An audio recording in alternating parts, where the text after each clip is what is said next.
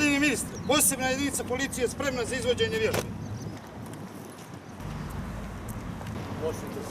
Razumijem, gospodine ministre.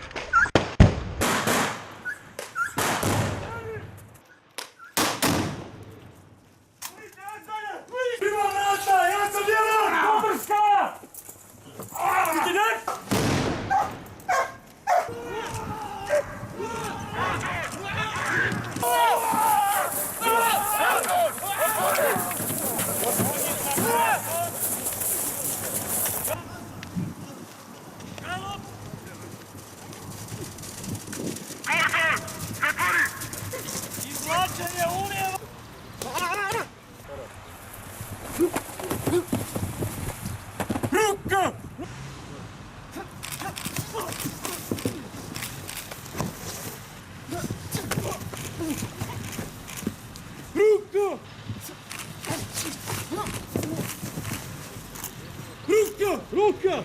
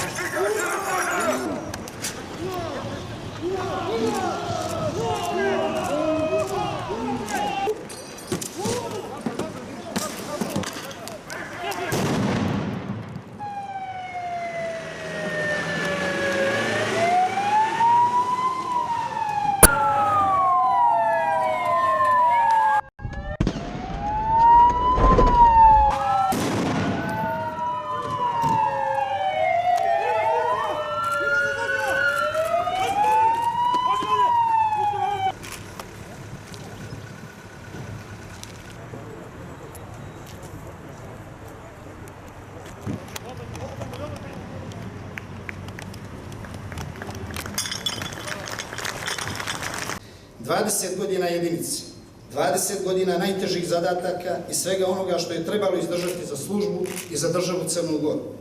Govori o čvrstini jedinice i profesionalaca koji je čine.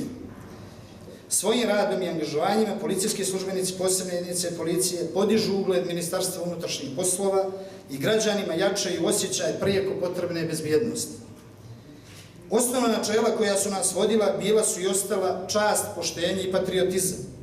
Bez obzira na sve prijetnje, izazove i teškoće sa kojima se susrećemo i koji stoje pred našom domovinom, posebna jedinica će uvijek biti spremna da zajedno sa ostalim subjektima sistema bezbjednosti brani, čuva mir i bezbjednost Crne Gore i njenih građana.